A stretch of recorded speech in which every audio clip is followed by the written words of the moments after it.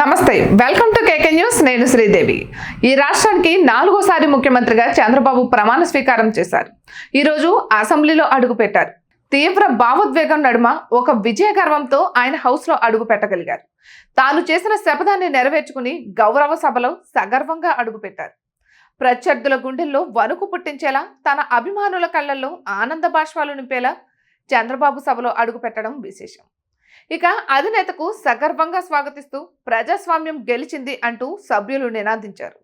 ఈ రాష్ట్రంలో చంద్రబాబుది అరుదైన రికార్డు సుదీర్ఘకాలం ఈ రాష్ట్రానికి ముఖ్యమంత్రిగా పనిచేశారు చంద్రబాబు ఎక్కువ కాలం ప్రతిపక్ష నేతగా ఉన్నది కూడా ఆయనే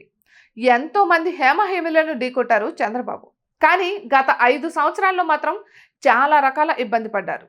ముఖ్యంగా శాసనసభకు దూరమయ్యారు 2.5 ఏళ్ల తర్వాత ఇప్పుడు ముఖ్యమంత్రిగా శాసనసభలో అడుగు పెట్టగలిగారు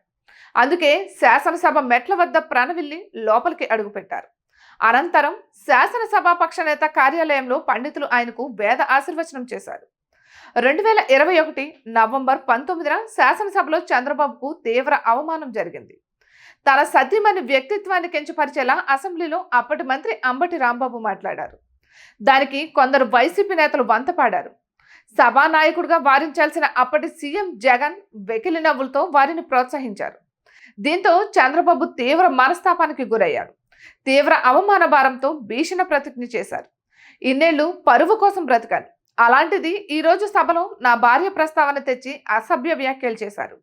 ఇది గౌరవ సభ కాదు కౌరవ సభ ఇలాంటి సభలో నేను ఉండను మళ్ళీ ముఖ్యమంత్రిగానే ఈ సభలో అడుగు పెడతాను లేకపోతే నాకు రాజకీయాలే వద్దు అందరికీ ఓ నమస్కారం అంటూ 2021 నవంబర్ 19న శాసనసభలో ప్రత్యేక ప్రకటన చేసి చంద్రబాబు బాయ్కాట్ చేశారు ఆ రోజు నుంచి ఆయన అసెంబ్లీ సమావేశాలకు వెళ్ళలేదు ప్రజాక్షేత్రంలోనే వైసీపీపై బదులు తీర్చుకొని ప్రతిజ్ఞ నెరవేర్చుకున్నారు